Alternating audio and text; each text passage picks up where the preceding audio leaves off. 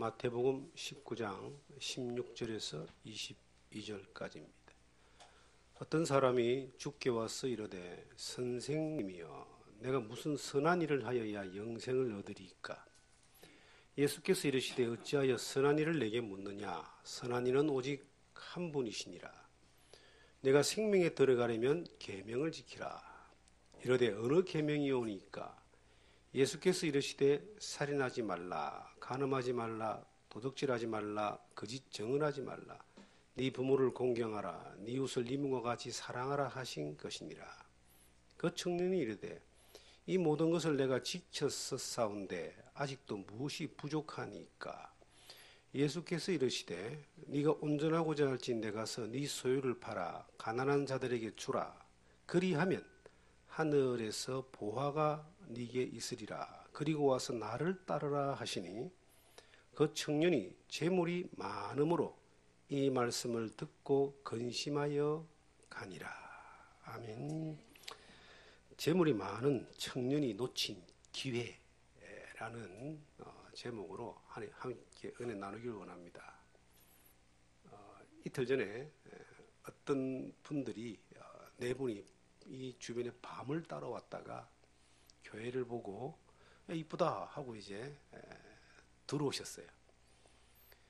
들어오셨는데 딱 보니까 한 분이 제가 잘 아는 분이에요. 저희 교회에 한 번도 오보지는 못했지만 시내에서 신실하게 이제 신앙생활을 하시는 장로님이신데 일행 같은 아마 직원들인 것 같아요. 같이 이제 시간이 있어서 밤 따르러 온 겁니다. 이제 저희가 이 운남리에 있다는 걸 알고는 있었지만 와보지를 않았기 때문에 혹시 목사님이 심어하는 교회인가 하기도 하고 이쁘기도 하고 사람들이 들어왔는데 아는 분이에요. 그분이에요. 그래서 이제 만나서 반갑게 이제 인사를 하고 기쁨으로 대화를 나누는데 두 분은 바깥에서 들어오질 않아요. 이 교회 안으로. 두 분은 이제 그 장로님하고 또 다른 분은 교회 안으로 들어와서 밑에 이제 그 카페에서 같이 차를 마시면서 두 분은 밖에서 차를 마시면서 대화를 나누는데 그 함께 오신 그분이 어릴 때부터 이제 30대 중반까지 열심히 교회를 다니고 하나님을 섬기고 그리고 충성을 다했던 사람입니다. 그런데 어느 날 이제 갈증이 막 아무리 열심히 해도 심령에 갈증이 있어가지고 힘들어하고 있는데 어떤 그 대구에 있는 어떤 그 목사님의 설교를 누가 한번 들어보라 그래가지고 그 설교를 듣다가 이분이 충격을 좀 받은 거예요.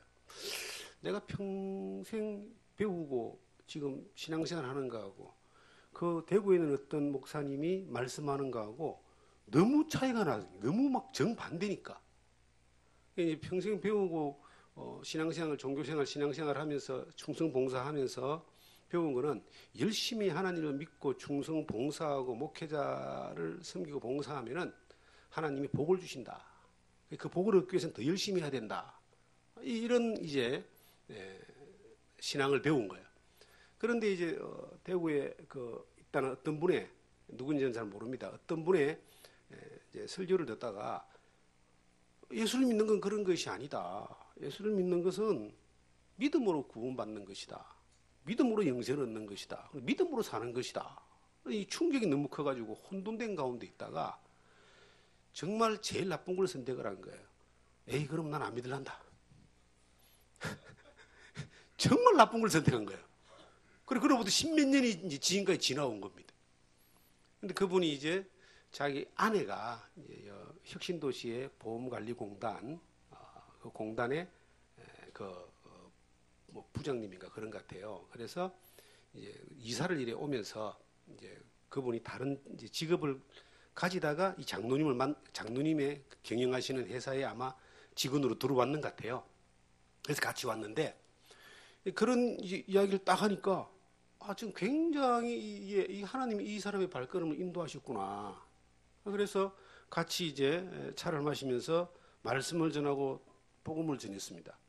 그런데 이분이 상당히 어떤 이 흡수력이 좋은 거예요. 왜냐하면은 하나님에 대하여 혼돈되고 실망하고 또 삶이 또 복잡해지고 뭐 사업이 어려워지고 이런 가운데 복합적인 상황에서 이제 교회를 나가고 신앙생활하는 걸 포기했는데 늘 이제 그 하나님에 대한 어떤 이 어려운 마음이 있는 거예요.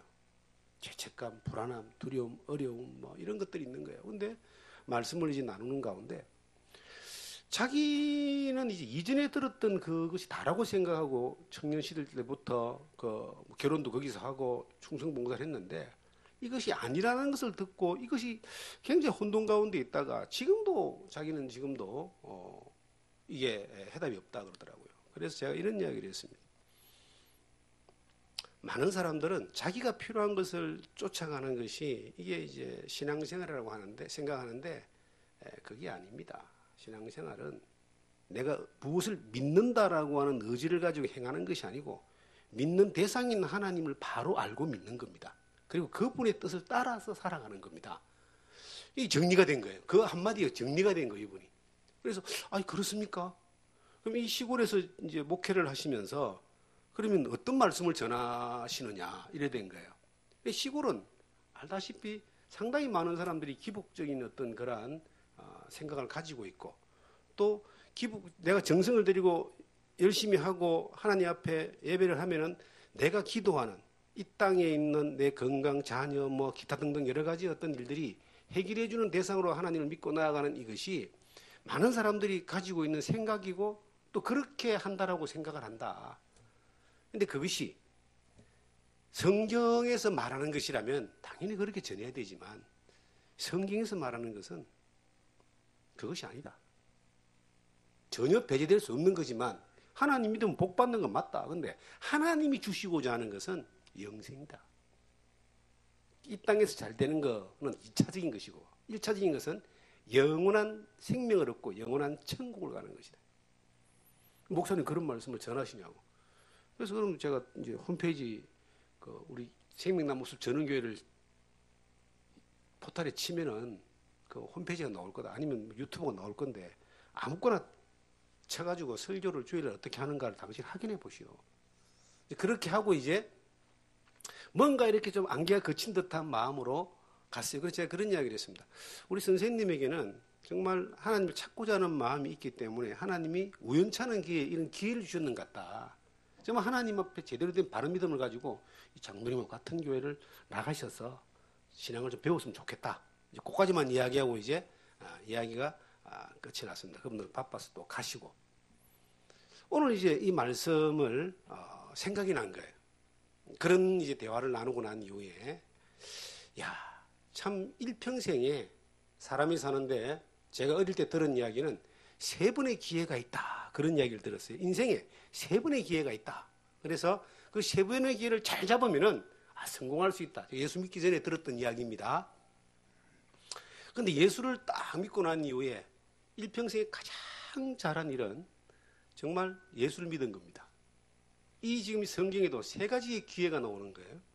저는 성경을 보다가 누가복음 23장에 보시면은 예수님이 십자가에 못 박히실 때 좌우의 강도 둘이가 함께 못이 박힙니다.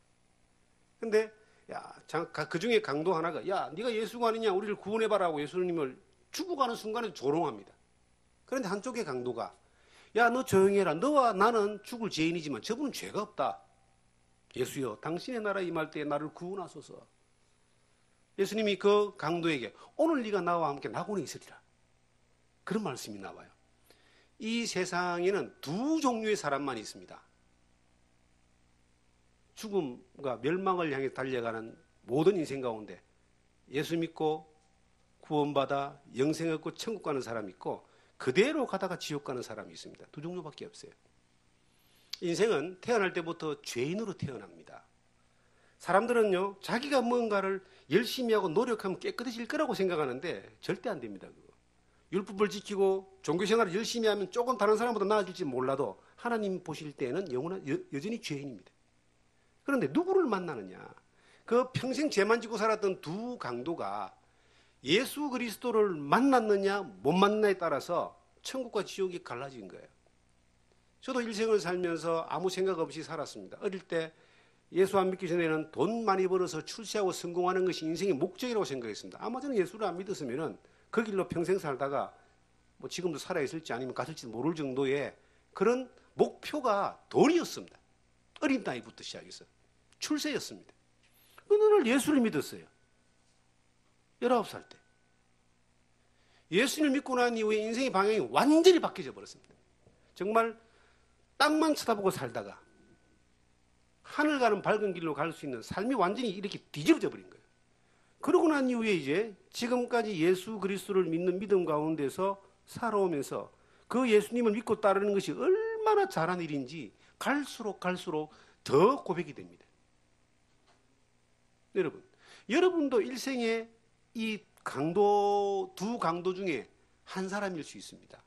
여전히 비아냥거리다가 그냥 지 마음대로 가다가 가는 사람이 있고, 자기가 죄인이라는 사실을 발견하고 예수가 죄 없다는 사실을 발견하고 예수가 내 때문에 십자가에 못 박힌다는 사실을 믿고 낙원에 이르는 사람이 있어요. 여러분들은 다 그런 사람이기를 원합니다. 그런데 오늘 이제 이 본문에 마태복음 19장에 돈 많은 부자 청년이, 이 사람은 유대인이고 율법을 열심히 지키는 사람이고 아마 그 당시에 그 지역에서 가장 유력한 가문의 출신일 겁니다. 그가 예수님에게 나와왔습니다. 예수님, 어떻게 무엇을 해야 영생을 얻겠습니까? 라고 물어보는 거예요. 여러분, 영생이란 말은 다른 말로 하면 내가 취득하는 게 아니에요. 주 예수를 믿어라. 그러면 너와 네 집이 구원을 얻는 겁니다. 구원이란 말은 물에 빠져서 꼴까닥꼴까닥 넘어가는 사람, 아무것도 할 수 없는 죽어가는 사람을 누군가가 살려 건져주는 걸, 그걸 물에서 구원했다 그래요. 영생이란 말은 무엇을 해서 가는 것이 아닌데, 사람들은 전부 다 이 세상의 이 기독교 외에 예수 그리스도의 모든 종교는 영원한 세계에 대해서 뭔가를 준비하는 것을 자기가 뭔가를 해서 간다고 생각합니다. 그게 다 지옥 가는 길이에요. 태어날 때부터 죄인으로 태어난 사람이 무슨 짓을 해야지 하나님의 기준에 합격할 만큼의 의롭다 인정받을 수 있는 사람이 될 수 있느냐? 한 명도 없어요. 될 수도 없어요. 그런데 이 부자 청년은 이 사람이 배워오기를 뭔가를 해야지만이 영생을 얻을 수 있다는 걸 배웠어요. 특히 유대인들은 율법을 지키면 영생을 얻는다라고 하는 그러한 율법주의적인 사상이 꽉 태어날 때부터 그렇게 유전적으로 가지고 왔고 평생 그렇게 배워왔고 그렇게 율법을 지키는 것처럼 살아왔기 때문에 예수님이라는 메시아가 지나간다는 소식을 듣고 그분에게 가서 물어보는 거예요. 야, 정말로 내가 지금 이렇게 율법을 잘 지키는 유대인인데 누가 봐도 자타가 공인하는 그런 의롭다라고 인정받을 수 있는 사람인데 이 메시아라고 하는 예수님은 내가 무엇을 해야지 영생을 얻겠습니까? 라고 물어보는 거예요. 이 세상에 영생을 얻기 위해서 접근하는 사람 가운데 100% 안 되는 것은 자기가 무엇을 해서 영생을 얻으려고 하는 사람입니다. 안 되는 것뿐만 아니라 될 수도 없어요. 아담 이후에 태어난 모든 사람들은 의인은 없나니 하나도 없다고 결론 내리고 있습니다.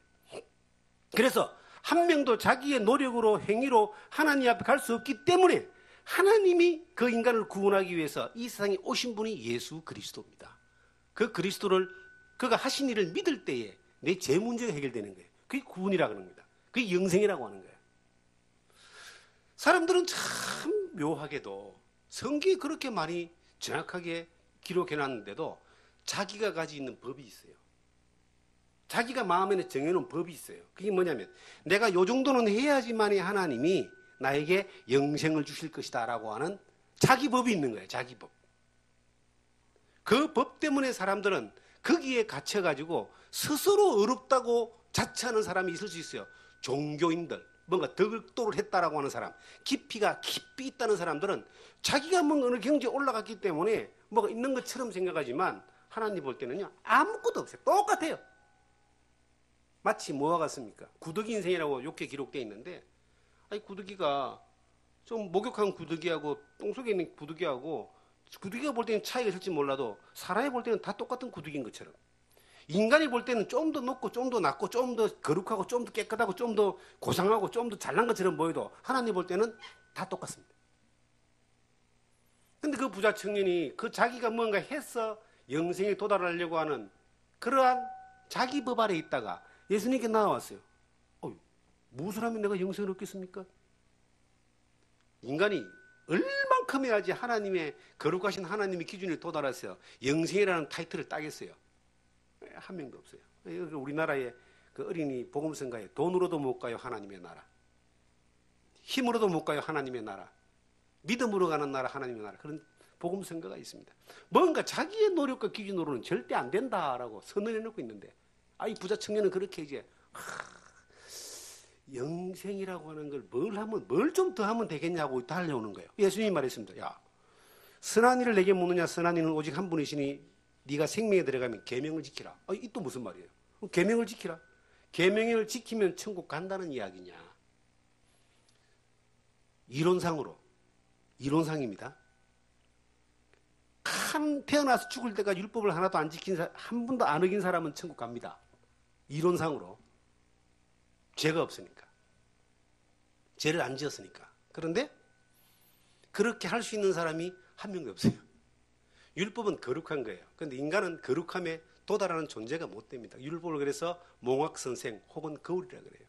거룩하지만 인간이 그 앞에 딱 섰을 때 네가 더럽다라고 하는 것을 알게 하는 겁니다.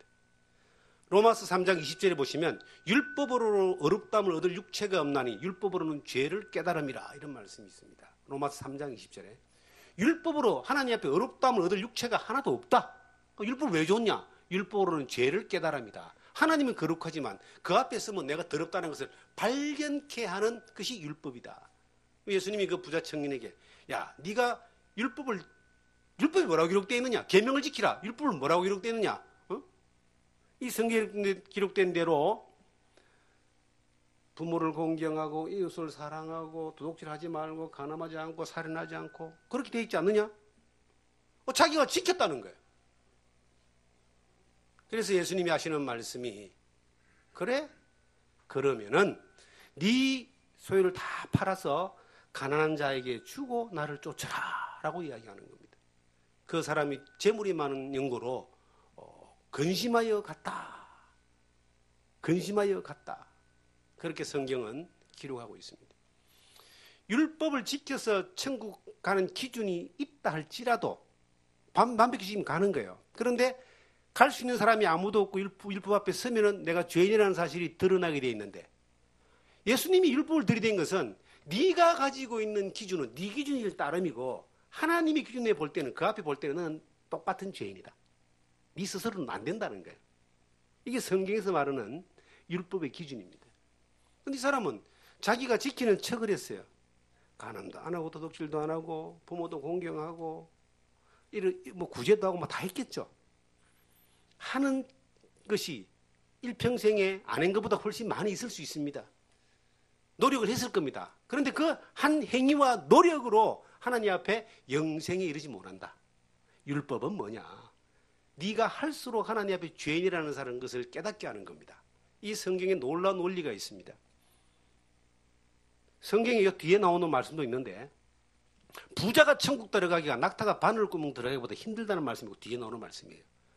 돈 많은 부자가 천국을 못 가는 게 아니에요. 마음의 부자, 자기가 뭔가 이 사람처럼 자기 법을 가지고 뭔가 했고 하고 있고 지금도 할 수 있는 사람은 하나님의 도움이 필요가 없어요. 물에 빠진 사람이 자기가 헤엄쳐가지고 밖으로 나오는데 누가 건져줄 사람이 도움이 필요하겠습니까? 물에 빠진 사람이 완전히 내가 아무것도 할 수 없고 완전히 죽어버렸을 때 누군가가 건져내주면 구원인 거예요. 저는 물에 빠져서 3번 딱 죽다가 태어났습니다. 지금도 물에 대한 트라우마가 있어요. 물에 안 갑니다. 배꼽 이상만 이 물이 올라오면요, 막 가슴이 답답한 게 있어요. 왜냐하면 어릴 때 제 고향이 부산인데 물에 빠져서 3번을 딱 죽다가 살았어요. 다행스럽게 정말 하나님의 은혜 같아요. 살려주셨어요. 그때마다. 그래서 물에 빠져 죽는 것 같은 그 느낌이 뭔지 압니다. 그리고 그 물에 빠져서 건진받는 느낌이 뭔 줄 알아요. 죄에서 완전히 내가 빠져 죽어본 사람이 구원을 받을 수 있는 겁니다. 율법은 네가 하나님 앞에 이렇게 완전한 죄인이라는 것을 알게 하기 위해서 예수님이 딱 율법을 들이댔는데, 이 사람은 그것을 자기가 지키고자 노력하고 한두 번 혹은 몇백 번 지켜본 것이, 그것이 하나님이 도달하는 의의 영생의 기준이 되는 것처럼 착각하는 거예요. 아닙니다. 놀라운 것은요, 율법은 하나만 어기도 지옥 가는 거예요. 지옥은 죄가 있으면 가는 겁니다. 죄가 많아야 가는 게 아니고. 그러니까 하나님 앞에 네가 죄인이라는 걸 깨달아야지만이 네가 영생을 얻을 수 있다. 구원을 받을 수 있다. 그래 영생을 얻는다. 그렇게 예수님이 말씀하시는 거예요. 그런데 이 사람은 마음이 부자야. 자기가 죄인 돼 본 적이 없어요. 자기 기준에서는 자기 의가 어느 정도 도달되어 있기 때문에 이걸 자기 의라 그럽니다. 하나님의 의를 모르고 자기 의를 세우려고 열심히 하나님의 의를 복종치 않는다는 말씀이 로마서 10장 2절에 나와요. 수많은 사람들은 하나님의 의는 율법을 통해 죄를 깨닫고 예수 그리스도를 믿음으로 죄 사함받고 구원받는 겁니다. 그런데 이걸 모르고 자기 의만 세우려고 계속 가니까 도리어 하나님의 의를 복종치 않는, 복종치 않는다는 말은 도전하는 그런 사람이 되는 거예요. 이 사람이 그랬습니다. 내가 이런 걸 지켰는데요. 그러니까 그래 그러면 네 소유를 다 팔아서 가난한 자에게 주고 나를 쫓아라 그랬습니다. 네 이웃을 내 몸과 같이 사랑한다는 것은요, 내가 가진 모든 재물이 가난한 사람에게 다 나눠주고 같이 먹고 사는 거예요. 그런데 이 사람은 율법을 지키는 척은 했지만 자기 기준으로 어떤 기준에 도달한 일들은 했지만 하나님이 말씀하시는 법하고는 별로 관계가 없었어요. 그러니까 이 고민이 근심이 시작되는 거예요. 그리고 그냥 갔다 그랬습니다. 근심하여 갔다 그랬어요. 우리 시대에 이런 부자 청년과 같은 사람이 너무나 많이 있다는 게 문제입니다. 사람들이 자기 기준을 가지고 있어요. 성경이 뭐라고 말하는지, 예수님이 뭐라고 말하는지, 하나님이 뭐라고 말하는지, 하나님의 의가 뭔지에 대하여 이것은 별로 관심이 없고 자기 의를 가지고 있는 거예요. 자기 기준이 있어요. 자기가 하나님을 믿으면 이렇게 하나님 해 주셔야 된다라고 하는 자기 법이 있어요. 내가 이 정도는 내가 하나님을 위해서 열심히 하지만 그 다음은 내가 할 수 없는 자기 법이 있어요. 이런 사람들을 두고 말하기를 성경은 부자라 그럽니다. 자기가 가진 것이 많은 사람. 성경에 유명한 말씀이 있잖아요. 마태복음 5장 2절 3절에 보시면 심령이 가난한 자는 복이 있나니 천국이 저희 것이요. 심령이 가난한 사람은 복이 있다 그래요. 심령이 가난하다는 말은 요즘 말로 거지와 같다는 겁니다. 내가 스스로 뭔가를 해결할 수 있는 능력이 없는 사람, 내가 스스로 뭔가를 할 수 있는 힘이 없는 사람, 도와주지 않으면, 살려주지 않으면 살 수 없는 사람, 하나님 앞에 하나님의 도움이 없으면 살 수 없는 사람, 하나님이 살려주지 않으면 살 수 없는 사람, 이런 사람은 복이 있는 거예요. 천국이 저희 앞에 있다. 이런 사람은 예수 믿고 영생을 얻습니다. 구원받습니다. 천국 가는 거예요. 그런데 사람들이 그런 사람이 못 되는 거야. 내 기준을 다 가지고 있으면서 이걸 절대 안 나와요. 이 부자 청년처럼 자기가 가지는 법이 있어. 이거 붙들고 여기에 맞추려고 자꾸 하는 거예요.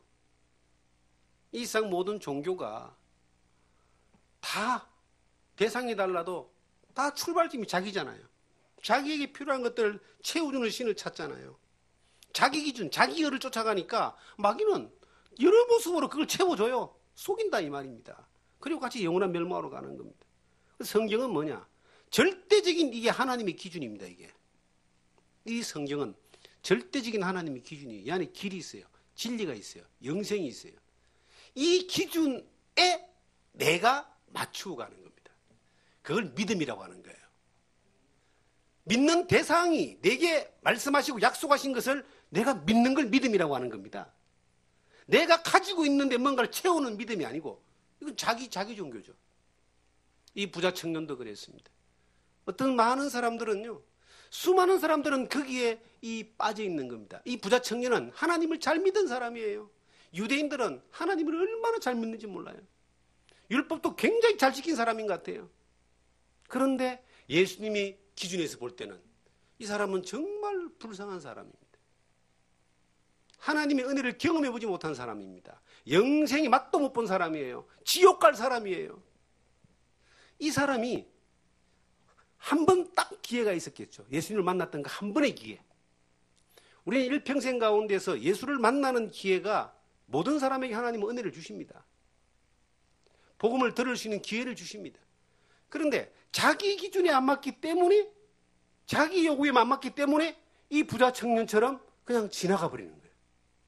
근심할 수도 있고 고민할 수도 있고 그냥 업신여길 수도 있고 무시할 수도 있고 빈정거릴 수도 있고 어쨌든 만나는데 그냥 지나가는 겁니다.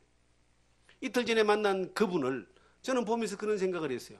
야, 이 사람에게 하나님이 하나님을 만날 수 있는, 예수 그리스도 안에서 하나님의 의를 경험할 수 있는 기회를 주시는구나. 그리고 제가 직접 그렇게 이야기했습니다. 하나님 주신 기회입니다. 이 기회를 놓치면 안 됩니다. 우리에게는 그 기회가 어느 날 와서 우리는 잡은 사람입니다. 저는 딱 39년 전에 그 기회를 잡았습니다.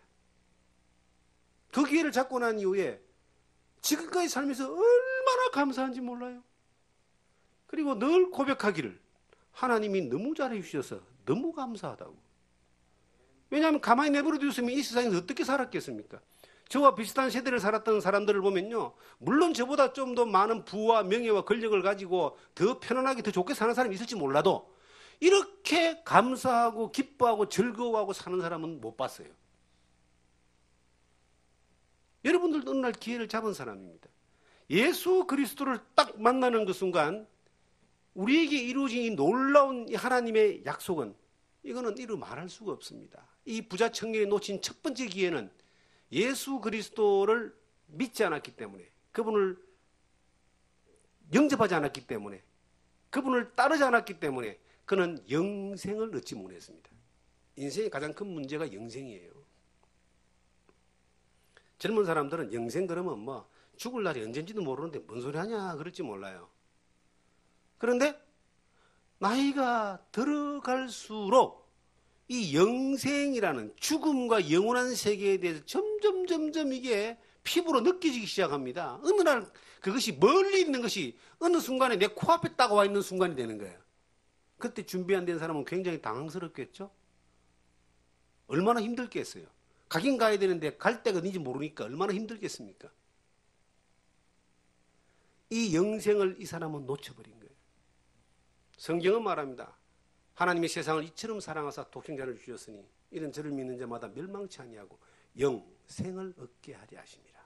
그 영생이 내가 노력하고 수고하고 성취하고 달성하고 어떤 기준이 가는 것이 아니라 다만 하나님의 의로 오신 예수 그리스도가 나를 위해서 해주신 일을 믿음으로 말미암아 이루어질 수 있는 그 길을 놓쳐버린 그 사람에게는 유일한 기회를 놓쳐버린 겁니다. 영생을 놓쳐버렸다. 이 세상에 두 종류의 사람만 있어요. 영생을 얻은 사람, 영생을 얻지 못한 사람. 그리고 이 부자 청년이 또 뭘 놓쳤느냐? 이 세상을 살아가는 삶 가운데서 가장 행복하고 가장 의미 있고 가장 가치 있고 가장 빛날 수 있는 기회를 놓친 겁니다. 예수님이 그랬죠. 야, 네 소유를 다 팔아 가난한 자에게 주고 나를 따르라 그랬어요. 이 사람은 예수님을 따라가지 않았습니다. 재물이 많은 거로 근심하여 갔다 그랬어요. 두 번째 뭘 놓쳤느냐? 이 세상을 가장 가치 있고 의미 있게 살 수 있는 기회, 예수 그리스도를 따르는 걸 놓쳤습니다. 예수를 믿는 사람을 그리스도인 혹은 크리스찬 그래요. 예수님을 믿고 따르는 사람이라는 뜻입니다. 예수 그리스도를 따라가면 어떤 일이 벌어지느냐? 예수 그리스도가 그 사람을 통해서 일하십니다. 예수님이 그 부자 청년만 부른 것이 아니라 많은 사람을 불렀는데 대표적인 사람이 12제자라 그럽니다. 이 부자 청년과 비슷한 상황에서 예수님께 부름을 받은 사람이 있습니다. 베드로, 요한, 야고보, 마태 이런 사람들은 그 부름을 받은 사건들이 극적으로 나옵니다. 마태복음 바로 앞에 4장에 보시면은 그 예수님이 그 갈릴리 호숫가에서 고기를 잡고 있는 베드로, 요한, 안드레, 야고보를 부르는 장면이 나옵니다.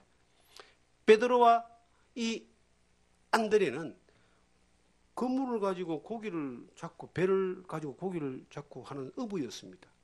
예수님이 그들을 만납니다. 베드로에게 말합니다. 나를 따라오라. 내가 너로 사람을 낚는 어부가 되게 하리라 그랬어요. 이 베드로도 나름 배를 가지고 평생에 자기의 직업을 가지고 사업을 했던 사람입니다. 그런데 예수님을 만났어요. 이 부자 청년하고 똑같은 이야기를 했을 겁니다. 뭐 예수님이 나를 따라오라 그러잖아요. 이 사람도 따라오라 그랬잖아요. 이 사람은 자기가 가진 게 많아서 안 따라가서 그 이후의 인생은 그냥 새카만 절망. 이 세상에 썩어지는 것만 위해 살다가 재물을 더 많이 가졌는지 몰라도 지금 역사의 흔적도 없고 영원한 멸망 가운데 가 있을 겁니다. 그런데 베드로, 그는 그 말씀을 듣는 그 순간 배를 버려두고 건물을 버려두고 예수님을 따랐다라고 기록되어 있어요. 베드로는 어떤 사람입니까? 이 땅에 잠깐 살아가는 날 동안 그 예수님의 사도로 사도행전 시대 때의 주역이었죠. 그리고 베드로 전후서를 기록했죠. 수많은 사람들을 믿음으로 이끌고 복음을 전했던 사도였죠. 교회의 그 기둥 같은 사도로 인정되는 사람이죠. 그는 이 땅에서 재물과 물질과 권력은 얻지 못했다 할지라도 하나님의 일에 쓰임받는 사람, 복음의 통로가 된 사람, 하나님의 영광을 위해서 바쳐졌던, 드려졌던 그 사람으로 우리 가운데 드러나 있습니다. 그의 인생은, 그가 살았던, 주님을 따랐던 그 삶은, 그가 비록 부족하고 문제 많고 실수 많이 하고 그랬던 사람이었다 할지라도 예수님을 따랐던 그 순간부터 예수님이 그를 통해서 일하시고 만드시고 가꾸시고 그를 또 세우시고 보내시고 또 그분을 통해서 일하셔가지고 이 교회, 이 2000년 기독교 교회의 역사에 기둥 같은 사도로 그가 쓰임받잖아요. 베드로, 안드레, 야고보, 요한, 기타, 마태 다 그런 사람들이에요. 나를 따라오라 할 때 그냥 따라가 버린 거예요. 주님을 믿은 것뿐만 아니라 주님을 따름으로 말미암아 그들의 인생이 이 세상의 어떤 사람의 인생보다 빛나고 가치 있고 의미 있고 하나님에게 영광이 되고 칭찬이 되고 천국까지 가서라도 칭찬이 되는 그러한 삶을 그들은 살았어요. 그럼 우리는 어떨까요? 우리는 예수를 믿고 난 이후에 예수를 따르는 사람이 있고 물론 중간에 또 안 따르는 사람도 있고 그러겠죠. 근데 예수를 따르는 게 힘듭니까? 저는 한번 질문해 보겠습니다. 믿음으로 사는 게 힘듭니까? 힘들다 그래요. 저는 그런 사람들을 참 많이 만나봅니다. 그래서 저는 믿음으로 안 사는 게 힘든 사람입니다. 믿음으로 안 사는 게 더 힘들어요. 왠지 아십니까? 그 믿음이 내가 뭔가 정해놓은 믿음이 아니고 내가 믿는 하나님이 이끄는 믿음이니까 따라가면 참 쉬워요. 이거 이렇게 안 살면 너무 힘들어. 그분을 안 따라가고 그분의 말씀을 안 따라가면 사는 게 너무 힘들어요. 지금은. 근데 왜 믿음으로 사는 사람이 힘드냐면은 이 믿음이 자기 믿음이기 때문에 그래요. 자기 기준, 자기 성이에요. 자기 것에 맞추어서 안 채워진다고 생각하니까 힘든 거예요. 믿음으로 안 살기 때문에 그런 겁니다. 믿음하고 상관없어요. 어떤 면에서는. 주님을 따라간다는 것이 우리가 세상의 가치관을 가지고 살면은 주님을 따른다는 자체가 좀 어떤 면에서는 손해를 볼 수도 있습니다. 주일날 마음대로 놀 수 있고 또 즐기는 일들이 많은데 예배에 와서 이렇게 참여한다는 것이 어떤 사람에게는 시간이 좀 아까운 것이 아닌가 이런 생각할 수도 있습니다. 내가 가진 물질을 가지고 내 마음대로 쓰고 즐기고 여가하고 취미하고 좋은 거 사고 그러고 싶은데 또 헌금을 해야 돼. 어떻게 보면 아까울 수 있어요.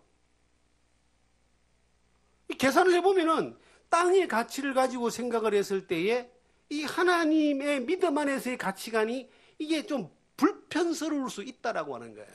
근데 그 가치관이 그렇게 땅의 것으로 고정되어 있기 때문에 그런 겁니다. 이 가치관이 하나님 편에 있고 그분의 말씀 안에 약속 가운데 있고 영원한 천국에 있고 이 땅에서 그 살아계신 하나님이 일하심에 그 가치관이 있는 사람들은 계산이 다른 겁니다. 어저께 어떤 분하고 교제를 나눴습니다. 대화를 나눴는데 여러 가지 대화를 이제 오셔가지고 멀리 계신 분이 오셔서 믿음의 교제를 나눴어요. 마지막 결론 가운데 이런 대화를 나눠서 헤어지기 전에 하나님 믿는 믿음 가운데 사는 사람들의 많은 문제가 있는데 저는 한마디로 딱 정리할 수 있습니다. 그랬어요. 정말 한마디로 정리할 수 있습니다. 주님을 따라가는 많은 사람 가운데서 지금 살아가는 삶 가운데 어렵고 힘들고 복잡하고 사는 사람과 믿음 안에서 평안함을 얻고 기쁨으로 사는 사람과 하나님께 쓰임받는 사람과 쓰임받지 못하는 사람을 한마디로 딱 정의할 수 있습니다. 그랬더니 그게 뭐예요? 그래. 간단합니다. 내 주인이 누군가 여기에서 결판납니다. 저는 주님 안에서 약 40여 년 이래 배워오면서 주님이 나에게 요구하는 게 다른 게 아니더라고요. 내가 네 주인으로 살고 싶어. 주인으로. 내가 네 주인이다. 이게. 많은 사람은 지가 주인이야. 자기가 주인이기 때문에 진짜 주인을 무시하고 사는 거예요. 진짜 주인과 부딪히고 사는 겁니다. 진짜 주인의 뜻에 상관없이 삽니다. 그게 고생하는 거죠. 이 세상 모든 종교는 인간이 원하는 대로 따라갑니다. 그런데 하나님만이, 주님만은, 예수님은 사람이 원하는 데 절대 안 따라가요. 그분은 진리거든요. 그분이 원하는 대로 따라가야 돼. 주님이 누구냐는 거예요. 그 주님을 따라가는 그 놀라운 이 은혜를, 놀라운 정말 복이죠. 영생만큼 이 땅에서 가치 있는 그런 삶의 선택이 주님을 따르는 거예요. 주님을 따르면서 오는 그 하나님의 은혜가 어떤 것일까요? 그분이 우리를 위해 살아주는 겁니다. 그분이 우리를 통해 일하시는 겁니다. 그분이 우리를 통해서 영광 받는 겁니다. 그분이 우리를 통해서 그분의 뜻을 이루는 겁니다. 주님을 따르는 사람에게 나타나는 은혜입니다. 이걸 베드로, 요한, 야고보와 같은 주님을 따랐다는 사람은 경험했고요. 이 부자 청년은 이 엄청난 일들에 맛도 못 보고 끝나버린 겁니다. 이 부자 청년이 놓친 기회는 이 두 가지를 이미 놓쳤잖아요. 마지막 세 번째. 이 세 번째가 마태복음 19장에 나옵니다.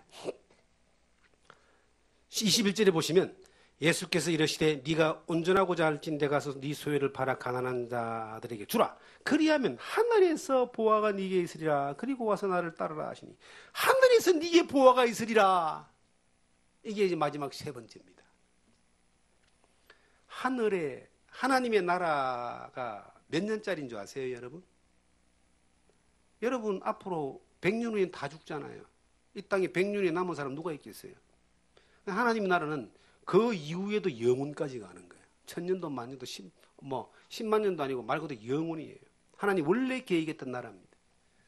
그 하나님의 나라에서 살 시간은 우리에게 하나님이 보장하신 영원한 천국 하나님의 나라 막배기로 요한계시록 21장 22장에 잠깐 이렇게 보여놨습니다만은 정말 그 나라가 기다려집니다. 그런데 그 나라에서 뭐가 있다? 이 성경에 보니까 하늘에서 보화가 네게 있으리라. 이게 어떤 건지 모르겠습니다. 하늘의 보화가, 우리는 이 땅의 보화가 뭐 다이아몬드 금덩어리인데 하늘에 가면은 그거 별로 보화 아니에요. 딱 그거 뭐 안 뿌다녀 그거. 하늘의 보화가 하나님으로부터 오는 이 엄청난 뭔가가 있을 것 같아요. 그 하늘의 보화가 보장된 삶을 이 사람은 놓쳐버린 거예요. 여러분과 저요, 이 땅에서 잘 먹고 잘 사는 거, 하나님이 은혜 주시면 믿음 안에 살면은 하나님 우리를 통해서 뭐 어떤 일이든 간에 인도하실 겁니다. 그것이 어떤 때는 뭐 고난도 될 수 있고 환난도 될 수 있고 기쁨도 평안도 될 수 있을 거예요. 이 땅에 주님을 따르다 보면은 여러 가지 일들을 경험할 수 있습니다. 그런데 이 땅은 잠깐입니다. 보이는 것은 잠깐이요 보이지 않는 것은 영원하다 그랬어요. 그 바울 사도나 베드로와 많은 믿음의 사람들이 이 땅에서 잠깐 고난을 받는 그것마저도 기쁘게 여긴 것은 이 고난은 잠깐이기 때문에 장차올 영광과 비교가 안 되기 때문에 그것에 대한 가치관이 세계관이 뚜렷하기 때문에 이 땅에 살아가면서 주님을 따라감으로 말미암아 주님이 보장된 하늘의 보화가 약속되어 있는 그 방향으로 살아가면서 어떤 대가를 지불하더라도 이것은 가벼운 것이었어요. 기쁜 거였어요. 여러분들, 우리가 아이고 천국만 가면 되지, 굉장히 그것도 참 다행스러운 거예요. 이 땅에 태어나서 지옥 안 가고 천국만 가는 것도 얼마나 감사한지 모릅니다. 그것만 하라고 하나님이 우리에게 구원을 주신 게 아니에요. 영생을 주신 게 아니에요. 이 땅에서도 주님을 따라가면서 누릴 수 있는 놀라운 하나님의 나라가 있습니다. 하나님의 은혜가 있습니다. 하나님의 놀라운 세계가 있습니다. 그걸 좀 이 땅에서 경험해봐라. 그리고 장차 하나님의 나라에서 올 하나님의 하늘 나라에서 보장된 그 영원한 보화라고 하는 것들을 약속을 좀 받아봐라. 그 약속은 이 땅에서 내가 그 소망 가운데 믿음으로 살아온 사람에게 주시는 거예요. 이것이 이 부자 청년이 어느 날 깜빡 놓쳐버린 하나, 그 예수 그리스도를 믿지 않은 그 한 번의 기회를 놓쳐버린 것으로 말미암아 다 잃어버린 겁니다. 이 세상에 얼마나 많은 사람들이 그렇게 잃어버린 인생을 살다가 그냥 우리의 짐승을 키워보면요, 개나 고양이는 평생 내가 키워보니까 관찰해보니까 먹는 거 외에는 관심이 없어요. 땅에 있는 배만 채우는 게 관심이 없어요. 이성 없는 짐승이라 그럽니다. 이 세상에 수많은 사람들, 하나님의 형상으로 지원받은 사람이 먹고 사는 것 외에 관심이 없는 것만큼 불행한 게 어디 있어요? 잘 먹고 잘 사는 사람 있습니까? 잘 먹은 사람 다 죽었어요. 200년 전의 사람, 500년 전의 사람, 1000년 전의 사람, 영웅 호걸들 잘 먹고 다 죽었어요. 잘 먹고 다 죽는 게 그게 인생의 결론이 아니라는 겁니다. 이 땅에 살아가면서 영생을 약속받고 하늘 소망 가운데서 주님을 따라가는 가운데 하나님의 세계를 경험하고 영원한 하나님의 나라에 쌓여 있는 그 보화를 바라보면서 금이 의미 있고 가치 있고 빛나는 삶을 살도록 주님이 설계를 하고 디자인하셔서 우리에게 이걸 보여줬는데 왜 엉뚱한 길로 갑니까? 이 성경은 그 길을 반드시 정확하게 보여주고 있습니다. 남겨진 시간들, 우리에게 얼마나 남았는지 모르지만은 그 방향으로 살아가는 거예요. 그 믿음으로 살아보는 겁니다.